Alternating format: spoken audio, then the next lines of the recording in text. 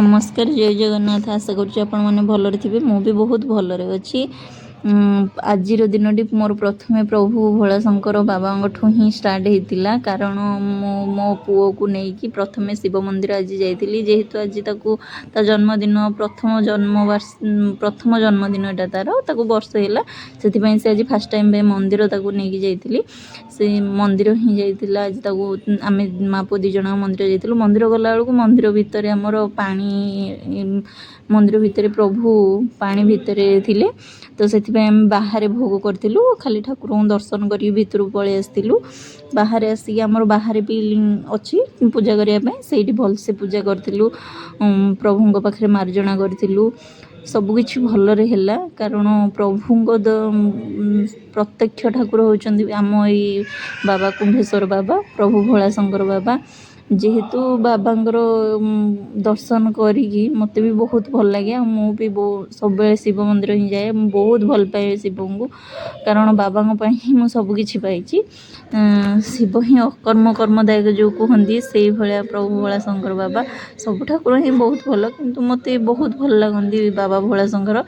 तो मंदिर तो हठात पूजा सारिक आम आसीपारूँ ना कह जाए जे मंदिर पूजा सारिक सांगे सांगे घर को आसती मंदिर में 5-10 मिनट बसवा कथा से आम दी जन आग मंदिर में बसिलु 5-10 मिनट से मो पु कहूँ ताली मारे ओम नमः शिवाय ओम नमः शिवाय कह सी शुणिबार ना सी कहूँ मु ताली बजेबिनी सी खाली बाहर को जाइए ना से खाली चगल बगल हो नौची ता बयस गोटे छोट पिला छोट पुअटे आसिक आज चुटी पकाउले से देखुची सी कांदुले जोरे से देखुची जेहेतु से प्राय टाइम बाहर को जाएनी तो से बाहर को गले भल लगे माने बुलाबुली करिया से तो प्राय टाइम को ही बाहर को जीवी किंतु आम बाहर को नौनु ता देहटा बारंबार खराब हुए बोली बाहर को जाए किंतु मंदिर आज आसिक से बहुत बुलिला हसिला खेलिला मत भी बहुत भल लगे जहाँ प्रभुंर दर्शन कला से आज प्रभु ताऊ भलरे रखु ता देह बा सब भल रहू से सब खुशी रहू एतिक ही माँ मानकर तो इच्छा ना छुआ मैंने जिते खुशी रे सब माँ को ही भल जो माँ मैंने देखुए मत निहाती कमेंट रे कहे यहाँ सत कथा ना नाई तो मुझे आसिक मो घर काम स्टार्ट कर देइथिली आज जेहेतु आज भोग होता मोर मंदिर में से आम समस्ते अरुआ ही खाइलु आज आग अरुआ भात कर देइथिली अरुआ भात कला एक्चुअली कैमेरा धरी नथिली से भातटा रेकर्ड कर पारनी तो भात अलरेडी कर देइछि भात करिकी साधारे जह्नी टिके काटी देइथिली भलरे जह्नी भजा हबो बोली जह्नी आउ मु जह्नी काटी भाजी बोली तापर मु काटी देइथिली भेंडी टिके भजा हबो बोली भेंडी टिके काटी आउ अरुआ भात को जानिथिबे तो नॉर्मल समस्त घरे डालमा हुए तो मु डालमा करिया पई भी काटी देइथिली परिबा सब परिया काटकुटी करिकी मु आगो जह्नीटा भाजी देइथिली एपटे मु डालमा भी बसईदेवी कारण जल्दी जल्दी मंदिर आसला बहुत लेट हो जाता रोसे भी बहुत लेट हो बोली मु दीपटे ही रांधिबा स्टार्ट कर देइथिली एपटे डालमा बसई देइथिली डालमा न सिझिले भल लगनी तो हाँ प्रेसर रे बसईनी मो डालमा प्रेसर रे बसईले कारण मो पुओ सोई पड़ा मंदिर आसला से सोई पड़ा हालिया जेहेतु मंदिर टिके खेलिला हालिया लगिला से सोई पड़ा मंदिर आसला से सोई पड़ा जेहेतु मो प्रेसर रे न बसईकी कड़ई रे ही डालमा बसईली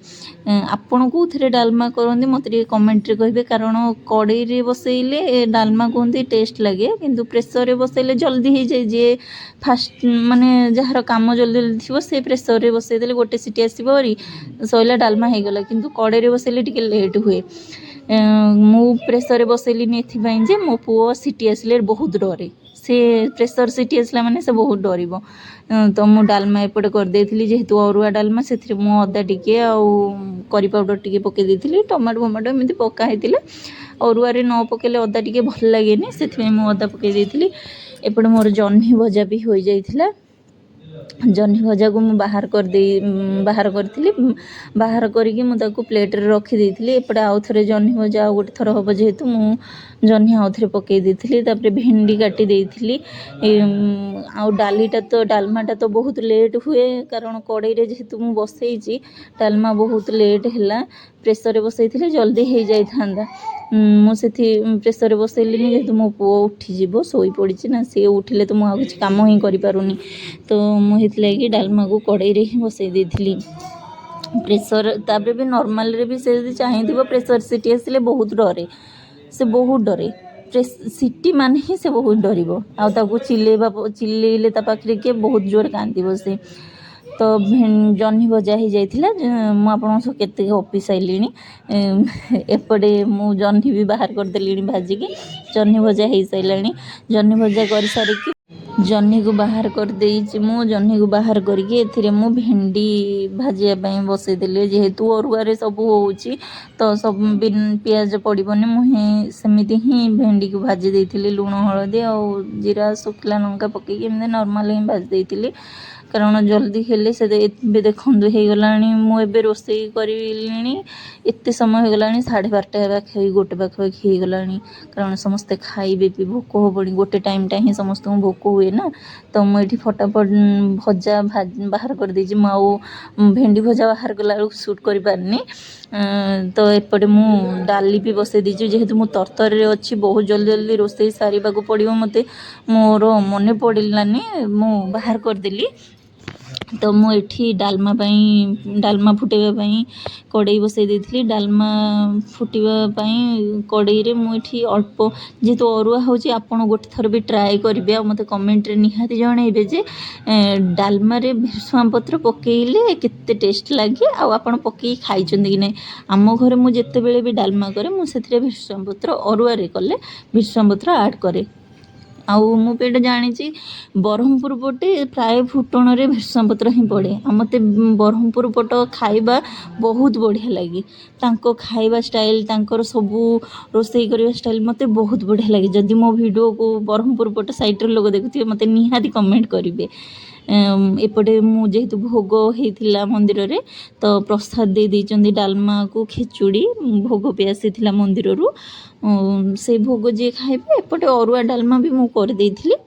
ଅରୁଆ ଡାଲମା ଖାଇବେ କିଏ, କାରଣ ତ କେହି ସମସ୍ତଙ୍କୁ ତ ଭୋଗ ପାଇବେନି, ଅଳ୍ପ ଟିକେ ପ୍ରସାଦ ପାଇଲା ଭଳିଆ ସମସ୍ତେ ପାଇବେ। ତ ମୁଁ ଏଇଠି ଭାତ ବାଢ଼ି ଦେଇଥିଲି, ଯେହେତୁ 1:30 ପରେ ହେଇଗଲାଣି, ସମସ୍ତଙ୍କୁ ଭୋକ ଲାଗିଲାଣି। ତ ମୁଁ ଏଇଠି ଖାଇବା ଆସିକି ବାଢ଼ି ଦେଇଥିଲି। ଦେଖନ୍ତୁ, ମୁଁ ଯାହା ଆପଣଙ୍କୁ ଦେଖେଇଥିଲି ମୁଁ ସେଇଆ ହିଁ କରିଥିଲି। ସମସ୍ତେ ଖାଇସାରିଲା ପରେ ମୁଁ ଲାଷ୍ଟକୁ ହିଁ ଖାଇଥିଲି। ତ ମୁଁ ଲାଷ୍ଟରେ ହିଁ ଖାଇଥିଲି, କାରଣ ସମସ୍ତଙ୍କୁ ଦେଇସାରିଲା ପରେ, ବଡ଼ମାନେ ଖାଇସାରିଲା ପରେ ତ ସାନମାନେ ଖାଆନ୍ତି। ମୁଁ ଠିକ୍ କହିଲି କି ନାହିଁ ମୋତେ ବି କମେଣ୍ଟ କରିବେ, ଜଣାଇବେ। ଆଉ ଆପଣ ବି ଗୋଟେ ଥର ଏମିତି ଡାଲମାରେ ଭେସୁଙ୍ଗା ପତ୍ର ପକାଇକି ଫୁଟାଇବେ, ଦେଖିବେ କେମିତି ଲାଗୁଛି। ଦେଖନ୍ତୁ, ମୋର ଖାଇବା, ରୋଷେଇ କରିବା ସବୁ କାମ ସରିଲା। ଫାଇନାଲ୍ ମୁଁ ଏବେ ଟିକେ ରେଷ୍ଟ ନେବି। ଯଦି ମୋର ଏଇ ବ୍ଲଗ୍ଟି ଆପଣଙ୍କୁ ଭଲ ଲାଗିଥିବ, ତାହେଲେ ମୋତେ ଲାଇକ୍ ଗୋଟେ, କମେଣ୍ଟ ଗୋଟେ, ଆଉ ସବସ୍କ୍ରାଇବ୍ କରିବାକୁ ଜମା ଭୁଲିବେନି।